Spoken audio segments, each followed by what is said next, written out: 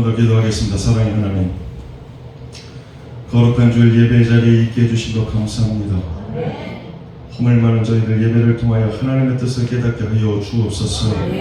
주의 보혈의 능력으로 정결하게 해주셔서 온전한 예수 그리스도의 사람이 되게 하여 주옵소서. 우리의 인생살이가 성경의 광야살이 같아서 참 쉽지가 않습니다. 아픔과 상처, 한숨 탄식, 어려움, 괴로움, 많은 일이, 또 많은 별의별 사람이 우리를 참 힘들게 합니다. 그럼에도 불구하오니 때마다 일마다 지키시고 보호해 주셔서 승리하게 하여 주옵소서. 견실하여 흔들리지 않는 믿음으로 저들의 2025년 승리의 길, 의의 열매가 가득한 복된 삶이 되게 하여 주시옵소서. 감사드리며 예수님의 이름 받들어 간절히 기도합나이다. 아멘. 얼마 전에 통계청이 발표한 자료를 읽다가 참 마음이 많이 아팠습니다. 그것은 우리나라에서 자살하는 사람들이 하루 평균 37명이 넘는다. 더 가슴 아픈 건요, 40대 이상의 기성세대의 사망 원인 1위는 아닙니다. 10대부터 30대까지 젊은 세대의 사망 원인 1위가 자살이라고 합니다. 그 통계를 보면서 우리나라의 출산율이 세계 최저라는 그 문제가 그냥 우연히 생긴 문제가 아니라는 건 분명하게 알게 됐습니다. 왜냐? 일단 자기네들부터 살기가 너무 힘들고 어려운데 어떻게 아기를 낳고 키우겠어요? 그런 여유가 생기지 않는 거죠. 당연한 결과 아니겠습니까? 심지어는 어떤 신문 기사의 타이틀 제목이 이겁니다. 10년간 80조 원 이상을 썼는데도 출산율은 또다시 역대 최저. 위험한 정도가 아니라 이건 나라의 장래가 위태로울 정도로 심각한 문제인 거죠. 현재 우리나라의 상황이 어떻습니까? 청소년부터 노년에 이르기까지 낙심과 좌절과 우울로 내몰린 가슴 아픈 현실을 우리가 살고 있습니다. 이제는 실제로 체감하죠. 경기가 정말 어렵다는 거. 나라와 민족의 뉴스는 제가 전하지 않습니다. 뉴스를 전하려고 저 여기 세우신 게 아닙니다. 근데 참 이 나라 이 민족의 장래가 걱정될 만큼 캄캄한 건 분명합니다. 또 하나의 신문 머리 기사가 있어요. 힘든 이 시대를 한마디로 요약하는 것 같아서 참 마음이 많이 아픈데요. 그 기사가 이런 거예요. 서울 신도림역 거기에만 치킨집 790개. 각자 도생하는 한국 사회의 그늘. 그런 신문 기사 제목도 있습니다. 그 기사를 읽으면서 믿어지지가 않았어요. 신도림역 주변 그 한정된 장소에 치킨집만 무려 790개가 있다는 거예요. 사랑하는 분 생각해 보십시오. 그런 환경에서 생존해내는 것 자체가 그게 기적 아니겠습니까? 그만큼 우리나라의 식물 경기 정말 어렵다. 우리가 다니엘이라는 인물을 집중적으로 살펴봐야 되는 이유가 바로 여기에 있습니다. 왜냐? 오늘 우리가 사는 이 세상이 영적으로 크리스천대로 정체성을 지키면서, 내가 믿는 자의 정체성을 지키면서 사는 게 참 쉽지 않아요. 다니엘이 살았던 바벨론과 같은 세상에 무서운 공격이 있는 시대고요. 또 한편으로는 끊임없이 사람들을 좌절시키고 낙심시켜서 자기 스스로가 참 초라하다 그렇게 느껴질 만큼 그런 무한 경쟁 시대이기 때문에 그렇습니다. 그 캄캄하고 막막한 오늘의 현실을 우리가 살고 있기 때문에 다니엘이 그렇게 어린 나이에 바벨론의 포로로 끌려간 그 비참한 상황에서 그 어려운 현실을 어떻게 극복해낼 수 있었는지 그걸 살펴보고 영적인 교훈을 얻는 건 오늘 이 시대에 믿는 자에게 도전이 되는 겁니다. 그런 의미에서 오늘 유혹 많은 이 시대를 살아가는 우리가 다니엘에게 배워야 될 그 두 가지를 말씀드리려고 그럽니다. 첫 번째로는 오늘 이 유혹의 시대에, 오늘 이 어려운 시대에 그래도 죽기를 각오하고 우리는 도전해야 됩니다. 현실에 주저앉지 말고 다시 그래도 이 악물고 일어나야 됩니다. 그냥 도전하는 거 아니에요. 죽기를 각오하고 도전해야 살아낼 수가 있습니다. 다니엘이요, 자기는 왕의 음식과 포도주로 자기를 더럽히지 않겠다고 선포했습니다. 그랬더니 그 말을 들은 환관장의 반응은 심각합니다. 그 말씀이 본문 10절입니다. 본문 10절 띄워주세요.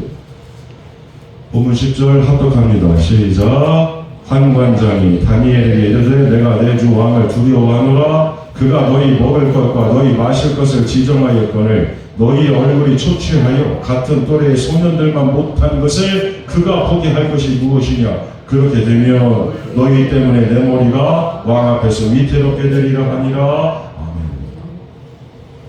다니엘을 관리하는 환관장의 목숨이 위태로울 정도라면 감히 왕의 명령에 정면으로 도전하는 당사자 다니엘은 그야말로 목숨 내놓는 거 아니겠습니까? 그런데 다니엘의 이 무모한 도전이요, 다니엘 6장에서도 계속됩니다. 왕이 아닌 다른 대상에게 무엇을 구하거나 경배하면 사자굴에 집어넣겠다는 조서가 선포됐습니다. 그때 다니엘이 보인 반응이 아주 유명한 말씀이죠. 다니엘서 6장 10절입니다. 다니엘 6장 10절 합독합니다.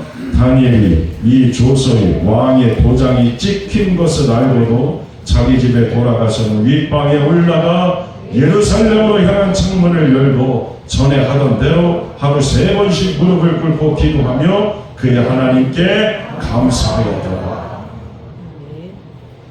왕의 조서가 내려졌음에도 불구하고 다니엘은 평소와 다름없이 창문을 열었습니다. 보란듯이 예루살렘 성전을 향해서 하나님 앞에 기도합니다. 이게 무엇을 말씀해 주는 걸까요? 죽기를 각오하고 도전했다는 거죠. 죽기를 각오하고 도전했다. 이런 도전의 모습은 다니엘의 세 친구에게서도 볼 수가 있습니다. 다니엘 3장 말씀을 보면 느부갓네살 왕이 자기가 만든 금신상에 절하지 않으면 풀무불 가운데 던져놓겠다고 그럽니다. 그때 이 세 친구가 보여준 반응이 다니엘 3장 17절입니다. 다니엘 3장 17절 합독합니다. 시작. 왕이여 우리가 섬기는 하나님이 계시다면 우리를 맹렬히 타는 풀무불 가운데서도 능히 건져내시겠고 왕의 손에서도 건져내시리이다. 아멘.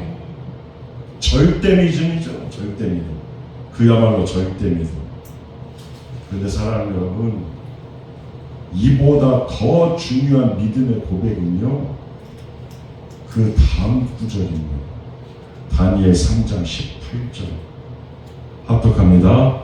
그렇게 하지 아니하실지라도 왕이여 우리가 왕의 신들을 섬기지도 아니하고 왕이 세우신 금신상에도 절하지 아니할 줄을 아옵소서. 아멘.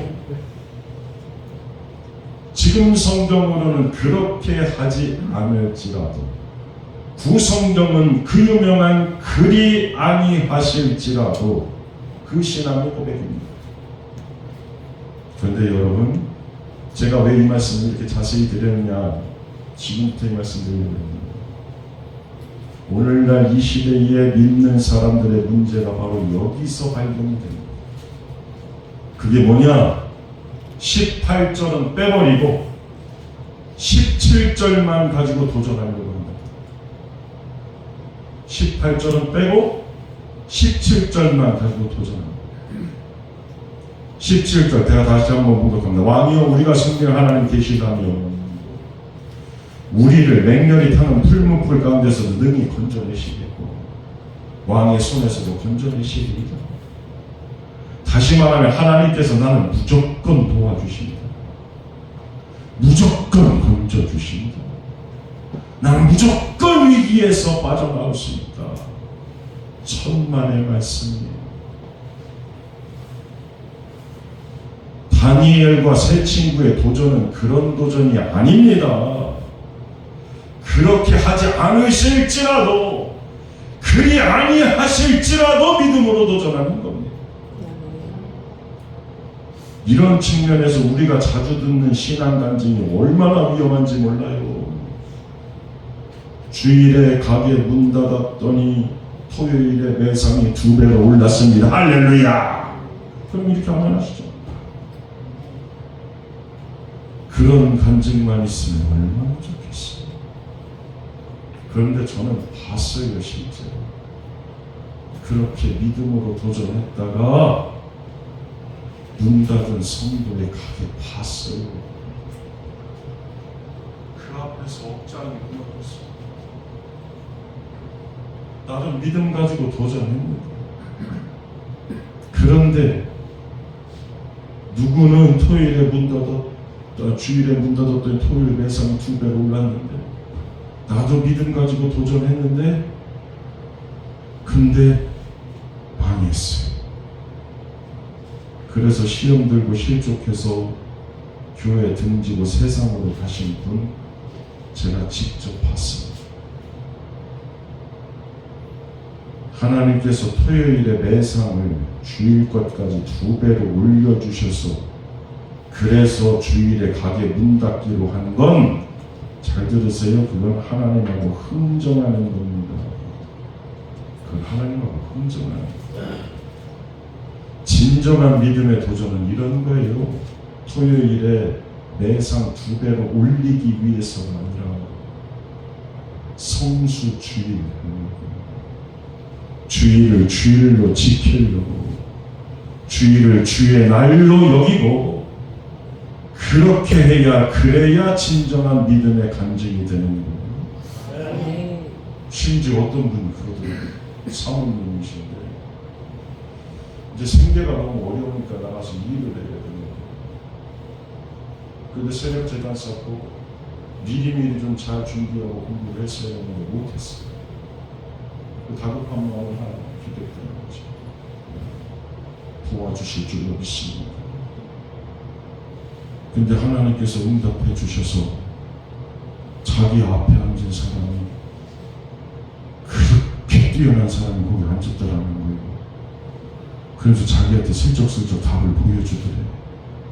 그래가지고 준비는 못했는데 그래도 그 사람 덕분에 시험을 잘 봐가지고 붙었다는 그런 할렐루야, 그죠? 그런 간증하면 큰일 나요. 큰일 나요. 그건 불법이요. 그건 믿는 자가 하면 안 되는 일이란 말이에요. 그렇게 해가지고 그 회사 들어간다고 한들 실력 없이 들어갔는데 뭘 그렇게 열심히 준비하겠어요. 오히려 해를 끼치는 거죠. 사랑하는 여러분, 그리 아니하실지라도 이거 쏙 빼버리면요, 그렇게 하면서 도전하려고 그러니까 도전할 게 없는 거예요. 다윗의 물맷돌 마찬가지입니다. 골리앗을 이긴 거에만 승리 포인트를 골리앗을 이겨낸 그 승리에만 포인트를 두면 안 돼요. 다윗이 왜 도전했는지, 왜 골리앗에게 맞서 싸웠는지, 하나님께서 반드시 이기게 해주실 거라는 그런 믿음이 있었기 때문만이 아닙니다. 다윗이 나가서 싸우는 이유는요, 하나님의 거룩하신 이름, 그 거룩하신 이름을 할례받지 않은 자가 모욕하니까, 그래서 거룩한 분노로 나가서 싸우는 거예요. 그래야 싸워야 되는 마땅한 당위성이 있었기 때문에 그렇게 하는 거예요.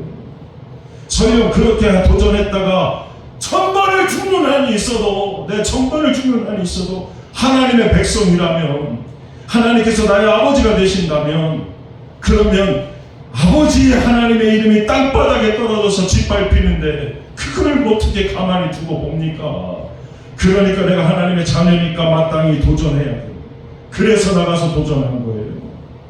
사랑하는 여러분, 오늘의 현실에서요, 다윗처럼 골리앗 같은 세상 덤볐다가 물맷돌 가지고 골리앗에게 덤볐다가는 이기기는커녕 골리앗에게 밟혀 죽는 경우가 훨씬 더 많습니다. 그러나 그럼에도 불구하고 그리 아니하실지라도 도전하는 것은 하나님의 백성으로서 마땅한 일이기 때문에 죽기 살기로 도전하는 거예요. 오늘 그래서 부족한 종이 목 터져라 설교하고 기도하는 거예요. 어쨌든 몸부림치면서 주의 잔을 찾아 나와서 예배드리는 여러분도 그 같은 심정이라고 조금 그렇게 믿어요. 이때를 위한 에스더의 믿음 마찬가지입니다. 하만이 유대 민족의 말살 정책을 펴옵니다. 그래서 민족의 전멸당한 위기에 처했습니다. 그때 에스더가 뭐라고 선포했느냐, 이렇게 선포했습니다. 에스더 4장 16절 합독합니다. 시작.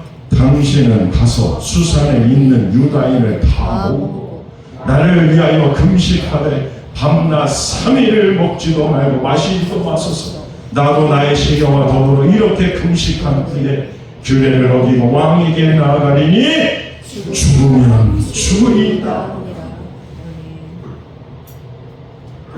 내가 나 왕에게 나아가면 하나님이 나를 반드시 살려주신다, 그래서 가는 게 아닙니다. 죽으면 죽으리이다 하고 가는 거예요. 이 담대한 믿음의 선포가 도전이 이스라엘 민족을 구해내는 원동력이 되었다는 말씀입니다. 마태복음 14장의 베드로 마찬가지입니다. 제자들이 배를 타고 건너가다가 풍랑을 만나서 고난에 빠졌습니다. 밤 4경, 왜 새벽 기도해야 되는지 제가 말씀드렸어요. 밤 4경 우리 시간으로 새벽 3시에서 6시입니다. 그 밤 4경에 우리 주님께서 바다 위를 걸어서 오십니다. 제자들에게, 풍랑에 빠져 고난당하는 제자들에게 밤 4경에 우리 주님께서 바다 위를 걸어서 오세요. 그때 다른 제자들은 무리를 걸어오시는 예수님 보면서 유령이라고 말하면서 두려워하는데, 그때 베드로는요 이렇게 선포해요. 마태복음 14장 28절입니다. 합독합니다. 베드로가 대답하여 이르되 주여 만일 주님이시거든 나를 명하사 물 위로 오라 하소서 하니, 여기서 만일 주님이시거든 이게 무슨 말일까요? 죽은 자를 살리시는 주님이시거든, 나면서부터 못 걷는 자를 걷게 하시는 그 주님이시거든, 볼 수 없는 자를 보게 하시는 그런 주님이시거든, 절망에 빠진 자 손 내밀어 건지시는 그 주님이시거든. 그게 그런 뜻입니다. 이 고백이 왜 귀하다고요? 풍랑으로 죽을 위기에서 살아난 것에 감사하는 그런 차원이 아닙니다. 그 풍랑으로 인해서 겪게 되는 고난이 오히려 예수님께서 이 땅에 오신 하나님의 아들이심을 체험하게 되는 그런 은혜의 도구, 기적의 도구가 될 수 있었기 때문에, 그렇기 때문에 이 고백이 귀한 겁니다. 그러니까 오늘 저와 여러분의 삶에 있는 아픔, 고통, 어려움, 그게 여호와 라파 치료하신 하나님, 여호와 니시 승리케 하신 하나님, 여호와 로이 나의 목자 되신 하나님, 그 하나님 만나게 되는 은혜의 도구, 축복의 도구가 되기를 주님의 이름으로 간절히 축원합니다. 하나님, 제가 겪고 있는 이 인생의 풍랑이, 이 고난이 오히려 하나님의 능력이 나타나고 하나님의 살아 역사심이 나타나는 그런 기적의 도구, 은혜의 도구, 축복의 통로가 되게 해 주시옵소서. 그 믿음으로 도전하는 것이 진정한 믿음의 도전, 그 믿음의 도전에 믿음의 역사가 일어날 줄 믿습니다. 두 번째, 유혹의 시대인 오늘날 믿는 자로 우리가 해야 될 게 뭐냐? 신앙 결단하는 겁니다. 8절에 본문 8절 합독합니다. 시작. 다니엘은 뜻을 정하여 왕의 음식과 그가 마시는 포도주로 자기를 더럽히지 아니하리라 하고 자기를 더럽히지 아니하도록 환관장에게 구하니. 본문의 뜻을 정하여, 이게 바로 결단입니다. 암살이라는 영화가 있었습니다. 보신 분들 많이 계실 거예요. 그 암살이라는 영화의 마지막 장면이 참 인상적입니다. 영화배우 이정재가 맡았던 염석진이라는 인물이 거기 나옵니다. 그는 청년 시절부터 독립운동을 해왔습니다. 그리고 한때는 독립군 대장까지 했습니다. 그런데 이 염석진이라는 인물이 중간에 변절합니다. 자기 동료들을 배신합니다. 앞에서는 독립운동가인 것처럼 활동하면서 뒤로는 일본의 밀정 역할을 하는 거죠. 그러다가 결국에 한때 동지였던 독립운동가의 총에 죽음을 맞게 되는 겁니다. 그 전지현 배우가 맡았던 독립운동가 안호균이죠. 그 안호균이 마지막에 이렇게 물어요. 왜 동료들을 팔았나? 왜 동료들을 팔았나? 그때 했던 이 염석진의 대답이 정말 인상적이었습니다. 이렇게 대답합니다. 몰랐으니까. 해방될지 몰랐으니까. 알면 그랬겠나.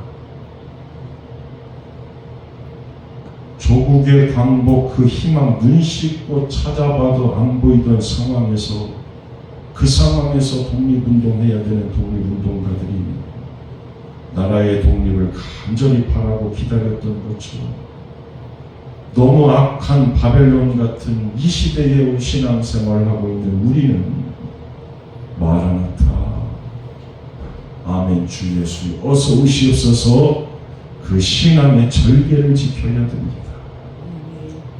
그래서 부족한 종 간절히 바라옵기는, 그렇게 신앙 결단하고 신앙생활 하다가 그때 당시에 많은 사람들이 그랬던 것처럼 변절하고 무너지고 타락하고 많이, 그러면서 몰랐으니까, 종말이 이렇게 빨리 올 줄 몰랐으니까, 우리 주님께서 이렇게 빨리 오실 줄 몰랐으니까 그랬지, 알았다면 내 그랬겠나.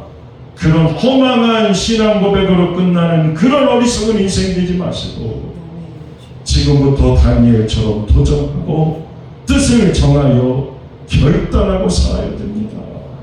그래서 제가 주보에 써놨어요. 심겨진 곳에서 꽃 피우라. 지금 심겨진 곳에서 꽃 피우지 못하면, 지금 여러분을 심으신 가정에서 이승천재단에서 꽃 피우지 못하면 다른 곳에 옮겨 심어도 그거 다 마찬가지입니다. 조금만 내 상황이 더 좋았더라면, 나의 처지와 형편과 조건과 환경이 조금만 더 좋았더라면, 그렇게 불평불만만 내뱉으면 아무 열매 맺을 수가 없습니다. 심겨진 곳에서 꽃 피울 수 있도록, 심겨진 곳에서 열매 맺을 수 있도록, 그러려면 사랑하는 여러분 견실해야 됩니다. 그러려면 여러분 결단하셔야 됩니다. 우리 주 예수 그리스도를 변함없이 사랑하는 자들에게 우리 주 예수 그리스도의 은혜가 있을지어다, 그렇게 말씀하셨어요. 변함없이 사랑. 말씀 마칩니다. 김영 집사 준비됐죠. 이상하 시인의 빼앗긴 들에도 봄은 오는가 라는 시가 있습니다. 빼앗긴 들에도 봄은 오는가. 이 시가 일제 강점기인 1926년에 발표된 시입니다. 나라를 일본에 뺏기고 식민지배 당하던 아무런 시대 상황에 쓰여진 그런 시인데, 이 시의 시작이요 이러해요. 지금은 남의 땅 빼앗긴 들에도 봄은 오는가. 지금은 남의 땅 빼앗긴 들에도 봄은 오는가. 그런 질문으로 시작이 됩니다.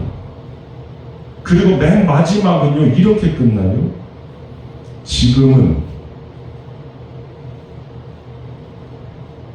그렇죠, 거기에. 그러나 지금은 들을 빼앗겨 봄조차 빼앗기겠네. 이렇게 끝이에요. 사랑하는 여러분, 지난주에 말씀드린 대로 우리가 살아가는 이 시대가 다니엘이 바벨론에 끌려가서 믿음도 빼앗기고 믿는 자로서의 정체성을 공격받는 그런 가슴 아픈 상황과 너무 흡사하다고 그랬잖아요. 이런 혼란스러운 세상에 믿는 자로 믿는 자의 정체성을 지키면서 견실하게 살아내는 게 얼마나 힘든지는 그래도 나름 믿음으로 살려고 바르게 믿고 바르게 신앙생활 해보려고 하는 사람들, 그렇게 애써본 사람들은 다 알고 있습니다. 왕의 진미, 포도주로 상징되는 세상의 달콤한 유혹이 얼마나 많은 시대입니까? 뿐만 아니라 이름을 강제로 바꾸게 해서 하나님 대신에 자기들이 섬기는 우상 떠올리게 하는 그런 세상의 시도는, 악한 사탄 마귀의 시도는 지금도 계속되고 있습니다. 그래서 다니엘서 1장 1절에 유다 왕 여호야김이 다스린 지 3년이 되는 해에 그 말씀은 선택받은 이스라엘 백성들이 왜 악한 바벨론의 침략을 당하고 왜 나라를 빼앗기게 되는 수모를 겪게 되었는지를 상징적으로 보여주는 말씀이라고 했죠. 그건 위로 왕으로부터 아래로 백성이 이르기까지 겉으로는 하나님의 선민이라는 금지와 자국의심을 가지면서도 실상은 하나님의 말씀의 영향력 전혀 받지 못하고 오히려 하나님의 말씀을 외면하고 하나님의 말씀을 멸시하는 태도가 결국엔 나라를 멸망의 길로 이끌 화근이 되었다고 말씀을 드렸습니다. 그게 그 시대의 이야기만이냐? 아닙니다. 우리나라 정치권에서 무속, 법사, 도사 그런 말이 들립니다. 심심치 않게. 하나님이 세우셨고 예수 그리스도의 보혈의 피가 적셔진 이 땅에 하나님께서 보호하사 우리나라 만세였는데, 그런데 이제 이 나라 이 민족의 악한 영의 역사가 판치기 시작합니다. 우리나라 무속인 수가 몇 명인지 아십니까? 통계만 60만입니다. 그런데요, 알려지지 않은, 통계에 포함되지 않은 사람까지 합치면 최소 그 3배라고 그래요. 지금 우리나라가 현실이 그래요. 다니엘이 잡혀갔던 바벨론보다 더 바벨론과 같은 세상 우리가 살고 있다니까요. 그야말로 빼앗긴 들이 되어버렸습니다. 기독교 역사에서 빼앗긴 들이 됐어요. 이 빼앗긴 들에 다시 하나님의 봄이 올까? 정말 심히 우려되는 상황이면 틀림없습니다. 그런데 여러분, 여기까지만 보면 이미 들 다 뺏겼으니까 그 빼앗긴 들에는 다시 봄이 오지 않을 것 같아도, 그렇게 절망인 것 같아도 그래도 아닙니다. 빼앗긴 들에도 반드시 다시 봄은 옵니다. 그 이유요, 그 봄은 사람의 노력으로 오는 게 아니라 하나님께서 오게 하시는 거기 때문에 그렇습니다. 여러분의 인생의 봄날도 마찬가지입니다. 빼앗긴 것 같고 다 끝난 것 같아도 아닙니다. 하나님께서 여러분의 인생에 다시 봄날이 오게 해주실 줄로 믿습니다. 봄은 인간의 노력으로 오는 게 아니라니까요. 하나님께서 오게 해주시는 거라니까요. 하나님은 아무리 춥고 아무리 혹독한 겨울이어도 다시 봄이 오게 역사해 주십니다. 그게 하나님의 창조 질서입니다. 바벨론 한복판에 그래도 믿음의 결단을 지키고 도전했던 다니엘과 다니엘의 세 친구를 주신 하나님. 모세의 때는 모세가 나오면 안 된다고 그랬잖아요. 왜냐, 사내 나오면 강물에 던져서 죽여야 되는데. 그런데 하나님은 참 아이러니하게도 그 모세의 때에 출애굽의 지도자 모세를 갖도록 역사하시는 하나님이에요. 그렇다면 오늘 저와 여러분을 이 승천재단을 오늘 이 시대에 여기 왜 두셨겠습니까? 빼앗긴 들에 다 빼앗기는 인생 살라고 주셨겠어요? 봄의 전령사가 되라고 저와 여러분들 주신 거예요. 우리 승천재단 그래서 하나님께서 세워주신 거예요. 홍수로 모든 게 다 물에 잠겨서 하나도 남지 않은 그 절망의 시대에 그 시대를 견뎌내야 됐던 노아에게 감람나무 새 잎사귀를 통해서 하나님 뭘 보여주셨느냐? 다시 하나님의 역사가 시작된다는 걸, 다시 하나님의 역사가 시작된다는 걸 보여주신 하나님이에요. 그러니까 그 믿음 지키면서 이 시대를 살아내는 저와 여러분에게 하나님께서는 희망의 새 잎사귀 예수 그리스도를 보여주실 줄로 믿습니다. 그래서 예수 만난 인생들은 오늘날도 주저앉은 인생들이 다시 일어서고요, 무너진 것들을 다시 세우는 그 은혜의 도구, 축복의 도구가 되는 거예요. 빼앗긴 들에도 복은 옵니까? 그러면 옵니다. 하나님께서 오게 하십니다. 내 인생에 빼앗긴 들에도 복은 옵니까? 옵니다. 하나님께서 오게 하십니다. 승천재단에 그 복이 옵니까? 옵니다. 하나님께서 오게 하신다니까요. 그러니까 사랑하는 여러분, 그 하나님 소망하면서 이때를 위한 믿음으로 견실함으로 결실의 은혜와 복을 받는, 결단해서 결실의 은혜와 복을 받는 그런 저와 여러분이 될 수 있기를, 이 승천재단이 될 수 있기를 주님의 이름으로 간절히 축원합니다. 기도하겠습니다. 거룩하신 하나님, 이 비상시국에 하늘나라 오르는 비상의 은혜를 사모하며 바벨론 한복판에 다니엘처럼 서기를 소망하며 빼앗긴 들에도 하나님께서 주시는 새봄의 역사가 일어나기를 소망하며 심겨진 곳에서 꽃피우는 감람나무 새 잎사귀 같은 인생, 그런 교회 되기를 소망하오니 그 소망이 이루어지게 하여 주시옵소서. 저들의 삶을 통하여, 자녀들을 통하여, 가정을 통하여, 승천재단을 통하여 이루어지게 하여 주옵소서. 감사드리며 예수님의 이름 받들어 간절히 기도합나이다.